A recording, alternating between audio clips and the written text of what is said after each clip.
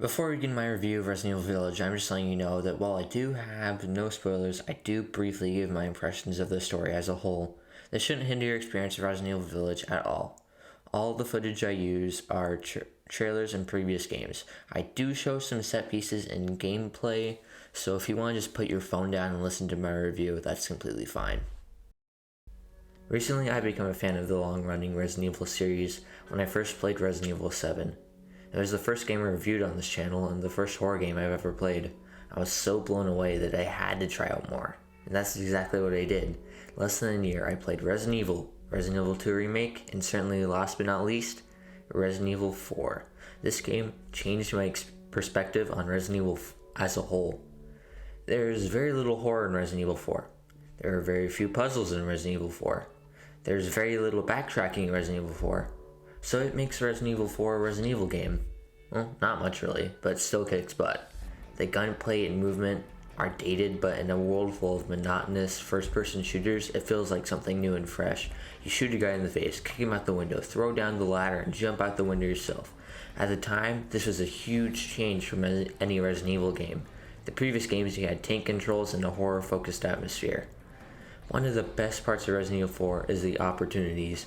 It's just begging for you to replay it again. But this time, you upgrade your pistol to max level and mow down enemies with headshot after headshot, or do the same for your shotgun or any other weapon. The cheesy moments and the one-liners made it all worthwhile. Today, Resident Evil 4 is still the highest rated Resident Evil game. It's my favorite Resident Evil game. Is it the best? No, that spot goes to 7. But it's still my favorite. Then came along Resident Evil Village. Village is practically Resident Evil 4 2. It brought us so many mechanics like the inventory system, merchant, upgrades, treasures, and currency, just to name a few.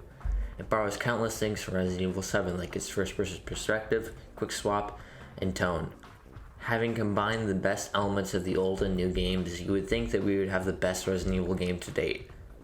Well, not really. Resident Evil Village is the 8th game in the mainline Resident Evil series. It takes place 3 years after the events of Resident Evil 7. Ethan Winters, the protagonist of this game and 7, is living with his wife, whom he had saved in 7, and his 6-month-old daughter, Rose, somewhere in Europe. One day, the boulder puncher himself, Chris Redfield, busts in and shoots Mia in the face a couple hundred times. He kidnaps Rose and takes her away for reasons unbeknownst to us. Ethan decides to look for Rose in the village. The village itself is one of the best aspects of the game. You have the 4 house sides that serve under Mother Miranda, each having its own unique location. I really like the idea of this group of individual bosses with different abilities that you have to face. It's similar to the Baker family in Resident Evil 7, but much less disturbing. In execution, it wasn't as good as it could have been. The highlights of the houses were the lords themselves, and what they brought to the table. They didn't really have distinct character traits, but their personality was projected onto the locations that they lived in. 2 out of the 4 houses were amazing. The other 2 were kinda meh. There was one location that was Resident Evil 7 levels of scary, and that one was definitely my favorite. The rest of them didn't really have many horror elements. Sure, they were sort of scary, but that was kind of it. Resident Evil 7's horror came from the atmosphere and the Bakers themselves. Its horror felt incredibly disturbing and personal, with bags full of dismembered body parts, gross walls, bathtubs filled with weird goo, and you regularly getting your hands chopped off. Village has none of that. Instead, it trades it for regular jump scares. Sure, some parts shy away from this, but it feels all the same. This could have been made up for if all of the houses had the same amount of quality the first 2 did. Still, I enjoy the heads of the house because they were so distinct and tried things that we haven't seen in Resident Evil. There's also the actual village. This is kind of your small open world style place. You can go on a small adventures in regular houses around the village to find treasures and new weapons that the villagers have left behind.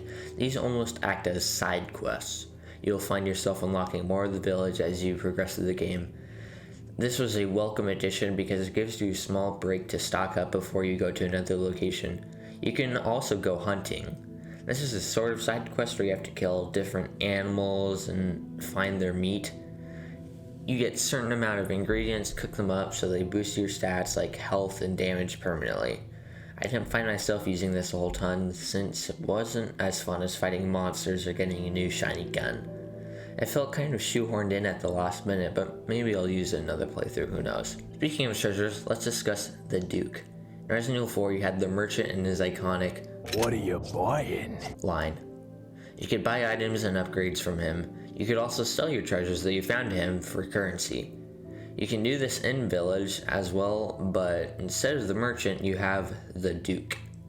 He's similar to him in a lot more ways, except he has a lot more personality and character. He even mentions the merchant. "What are you buying?"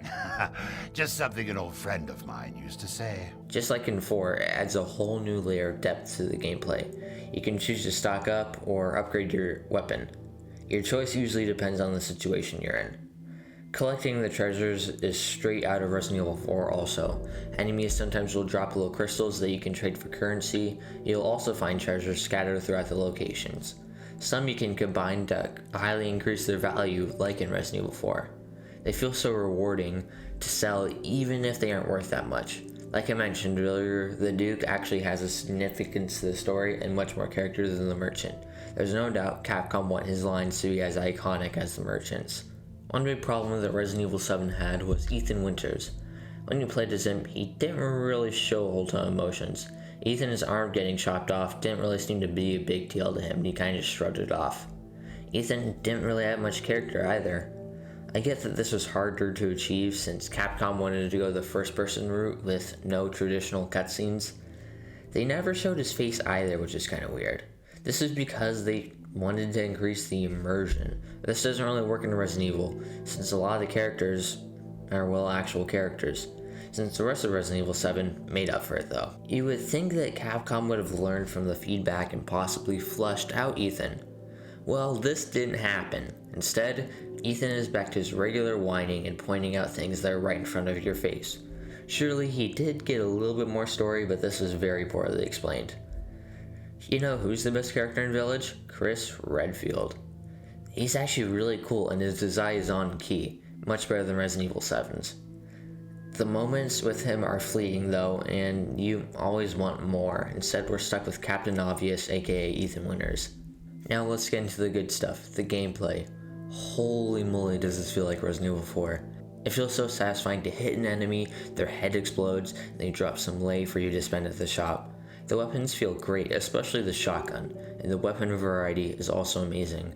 You got all your basic weapons like your pistol, shotgun, sniper rifle, which all feel exactly as they did from Resident Evil 4, fun to use. You can also upgrade them and add attachments to them to make them feel like entirely new weapons. You really get to use them to their full extent with the small arena-like places scattered throughout the game. These are locations that usually have a building that you can barricade yourself in like in Resident Evil 4 and fight off zombies from the outside. This is some seriously good stuff, and a huge upgrade from Resident Evil 7's combat. Thanks to the huge amount of weapons and weapon upgrades, it's going to be much more fun with other playthroughs. Just like Resident Evil 4, this game is begging you to replay it so you can find all the treasures hidden within its depths. I'll definitely be trying this on a harder difficulty. What better way to add replayability though than the Mercenaries Mode? For those of you who don't know, Mercenaries was a mode that you unlocked from completing the game in Resident Evil 4, and has been in almost every game since. It's a time trial mode where you have to kill a certain amount of enemies in a certain amount of time while picking up bonuses. This time around, there's a whole new layer of depth added to Mercenaries, with you now being able to upgrade weapons through the shop between rounds and added abilities to boost your stats. It's super addicting to run through every stage and try new strategies. I say Mercenaries was one of the best parts of the game. It adds to the replayability so much that it can keep you entertained for hours. I haven't gotten too far in it, but I'm trying to get through it. Alright, now the last thing we need to talk about is the story. Don't worry, there won't be any spoilers. I'm just letting you know that the story in this game is not that great. Some aspects felt very rushed and crammed in to appease fans of the old and new games. It makes some really questionable decisions most of the time, and they don't end up working out. In the end, you are left with a lot of unanswered questions because the majority of the things are very poorly explained. At the end of the day, I did enjoy Resident Evil Village. It felt much bigger in scale than Resident Evil 7 did, and when the credits did roll, I found myself satisfied and wanting more. Is it my favorite Resident Evil game? No, Resident Evil 4 still holds that title. Is it the best Resident Evil game? No, that still goes to 7, but I did enjoy it. And on that note, I gave Resident Evil Village an 8 out of 10. Hopefully we will get some DLC in the future, and that the next Resident Evil game will learn from the mistakes and successes of Resident Evil Village. But for now, we'll just have to wait and see.